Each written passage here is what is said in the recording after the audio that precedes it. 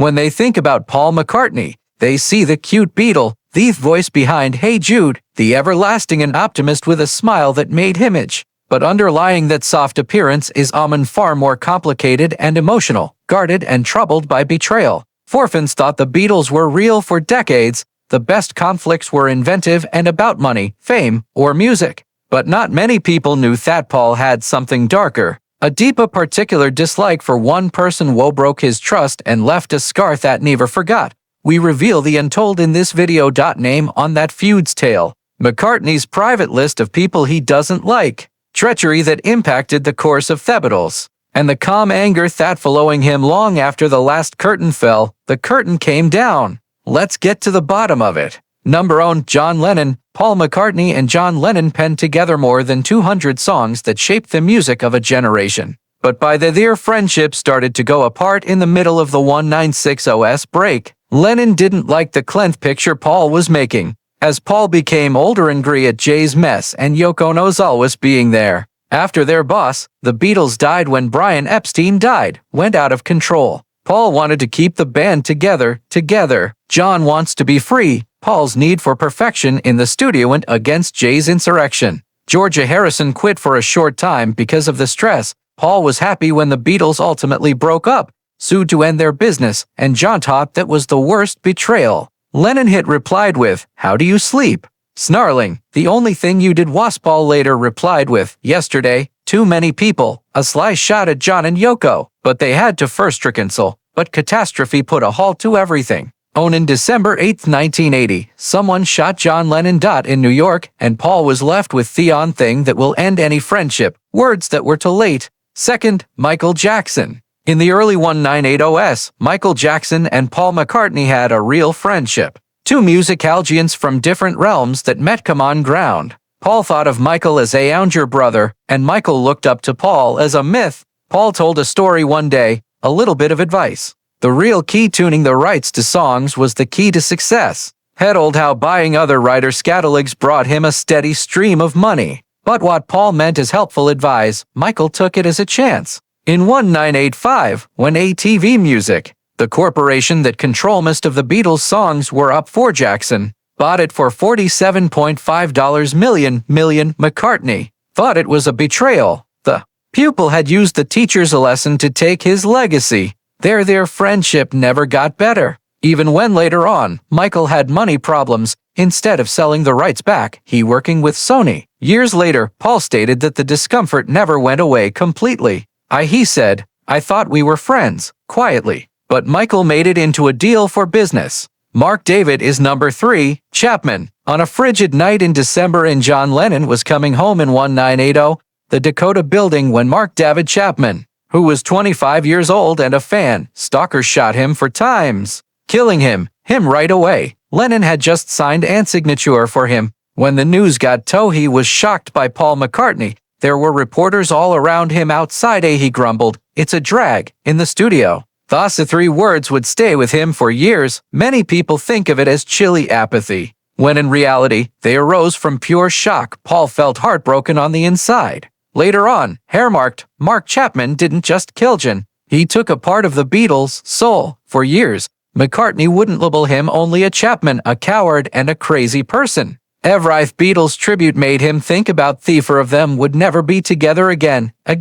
What hurt the most was knowing that just a few weeks before he and John had begun talking again, even about to get together, but that hope was gone on December 8th for all time. McCartney had to deal with the anguish for life. And while Chapman pulled that trigger, there was a different name behind. Paul has never forgiven the Beatles for falling apart. Forgiven. George Harrison is number 4. Paul McCartney and George Harrison often fought in the studio. Paul's perfectionism pushed everyone to their limitations, notably George, who got tired of being told exactly what to do every note during the Let It Be sessions. McCartney's continual orders eventually made George go too far. He softly put down his guitar and whispered, "See you around the clubs," he said. And then he left. This wasn't the first time his ideas had been thrown out or rewritten. And to him it felt like being humiliated. Even if they were polite in public, the tension stayed. George said on Cito put it frankly, working with Paul is like being unable to do anything. Legal problems continued even after the breakup. Over a player, they stayed apart. Paul wanted to be in charge. George wanted to be free. In the end, McCartney's unending drive converted a committed bandmate into a quiet rebellious. But the Beatles really took a hit would come from outside the studio. 5. Yoko Ono. Before 1968, the Beatles made a record studio was a holy place. A place to make things, a place where only music mattered. But when John Lennon came along, everything changed. Started introducing Yoko Ono to every session. Her persistent presence shattered the group's fragile chemistry. Yoko was brave, outspoken, and fiercely protective of John. She has deep feelings regarding things, and that didn't set well with Paul McCartney, who's a perfectionist but a lot of weight on order and focus. He noticed her remarks while writing songs and recording as an unwanted interruption.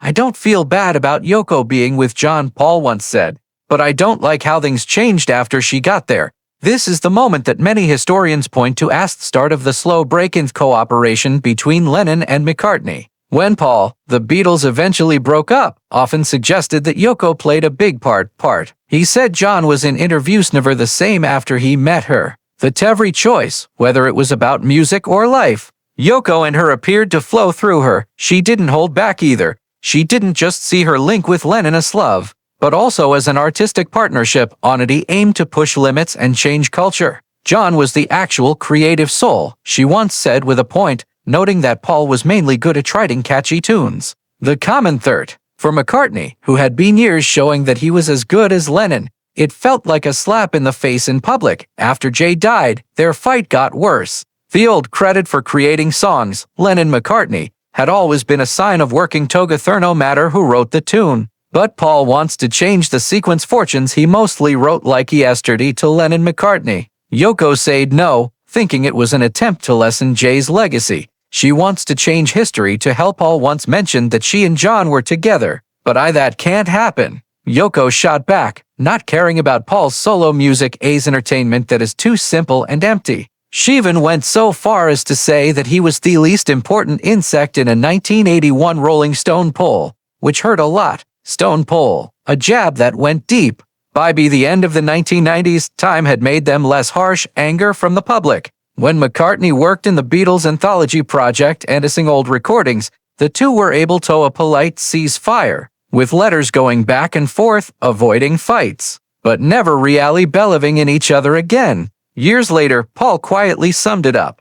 "I don't had Yoko, but without her, these Beatles might have gone on for a few more years. But even after that storm, another wound was waiting to open. This time not from Yoko, but from inside the band itself when a younger brother was silently got up in protest and left Paul suffering one of the worst betrayals of his life off his work life. Alan Klein is number 6. After manager Brian Epstein's sedent Beatles fell into a deep depression after John Lennon died in 1967. Mess. They were musical geniuses. But no one knew how to run a business. To guide the expanding kingdom. A Playmobil's, Apple Core, the studio, and the boutique, all of which are losing money quickly. That's when Alan Klein showed up, giving us their savior. He was a smart businessman who ran the Rolling Stones, and Sam Cooke, who was known for being a fighter. Stones and Sam Cooke, who were notorious for battling labels that work with artists. He would make the Beatles richer more than before. Paul then from the start McCartney didn't believe him. He thought Klein was smooth, cunning, and had a stench of falsehoods. Paul wanted the group to employ Eastman and his wife, Eastman Linda's family's business. But John, George, and Ringo agreed with Klein. Lennon event that his honesty was great. All of them in 1969, 3 people signed with Klein. Paul said no. From then on, he was cut off from big choices. Klein started shooting personal and cutting projects for a short time on creating revenues, but Paul was sure it was taking things from them. By the conclusion of 1970, McCartney had had enough. He took the other Beatles, not just to break up the band, but also to be away from Klein's grip.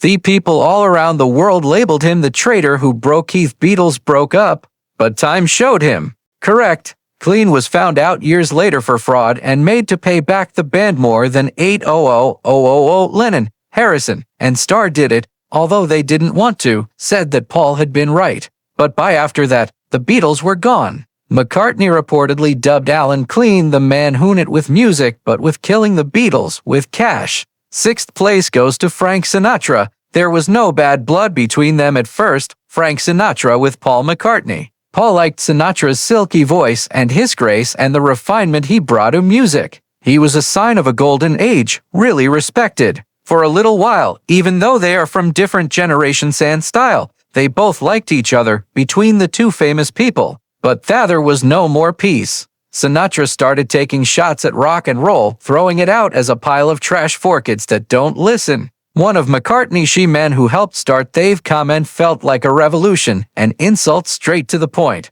It wasn't just a poke at A-type.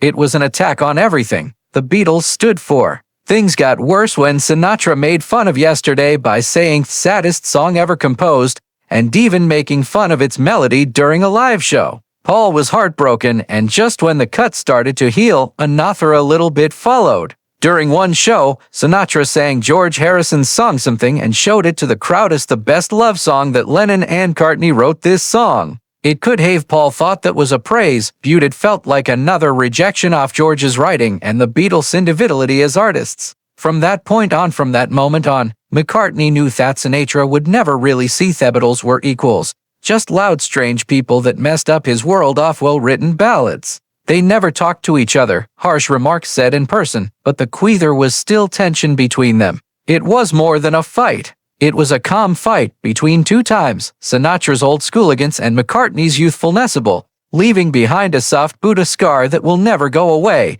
Phil Spector is number 8. By 1970, the Beatles were already falling apart from inside. Paul, the Get Back session, McCartney's effort to get the Beatles back together turned to their modest lives in the studio. Roots had turned into fights, stress, and creative burnout. When Paul's new boss, Alan Clean, who was their boshered producer Phil, who they previously didn't trust, Spector to correct the records. It wasted last blow. People knew Spector for his loud wall, tremendous sound, an explosion of orchestration, resonance, and feeling that filled every inch off a song. But that was the exact reverse of what Paul intended. His long and winding road was a ballad, intended to be calm and genuine, and a movie, but a delicate confession storm. Instead, Spector filled it with brass, strings, and a women's choir, putting layers of sound on top of Paul's voice sound. To make things worse, he even removed portions of McCartney's original vocals to create room for his own more things. Paul heard the final version and was quite angry. He wrote a letter right away to Clean and Spector. Get these strings, the brass, the chorus, and everything else, get that noisy stuff off. It was his way of saying, you broke my song, but Histy didn't listen to the protest. Let It In May 1970 came out with Spector Savarov mix Still There. The album was a hit with the public, but for Paul, it had felt like a loss for me. He looked at it as proof that the Beatles were no longer a band, simply 4 guys who were driven apart by different ideas. Even longtime George Martin, the producer, was horrified, said with anger, this album should created by George Martin and ruined by Phil Spector. Spector, as always say you're sorry. Paul has been doing my version for bragged later, for decades. He even won't let it be Oscar. If he desires he picked the wrong guy to fight. But McCartney never forgot. More than 3 finally set the record decades later, straight. He put out Let It Be in 2003, without clothes. The album stripped of Spector's decorations brought back to its original, the heart of the matter. When the long and the twisting road finally played again, as Paul had planned for simply piano and voice and quiet. It wasn't just a remix.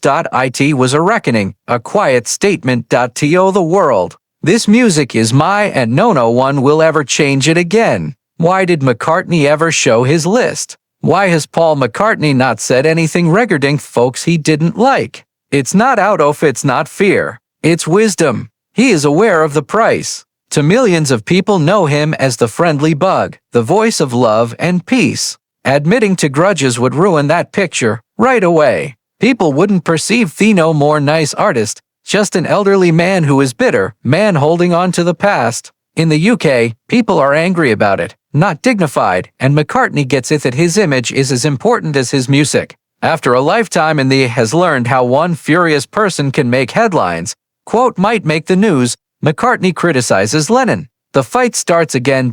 So, he doesn't say anything, not because he's weak, but to protect themselves. The Beatles are more than just a band. They are a sign of peace. McCartney is aware that if he ever hurt Lennon, Yoko, or Harrison, that myth would fall apart. Instead, he lets the music do the talking. His veiled jab at "to many people washy John, how do you sleep" by Lennon was themes were. Their fight happened in at words but tunes. A lot of Paul's people he loves are connected to his adversaries. Yoko is John's wife, and John, even though if sibling was everything. To attack her would reignite wounds for millions, and he knows that history may be harsh. If Hess stated, "I loathe Sinatra," or "I hate Spector," the world might not say "let it be," just recount his rage. McCartney is now in his 80s, chose grace instead of holding grudges. He keeps going, the stage is smiling, and they're still singing about love. For him, silence is the best kind of forgiveness. In the end, it might be the on-life list he keeps isn't of FOs, but of lessons learned.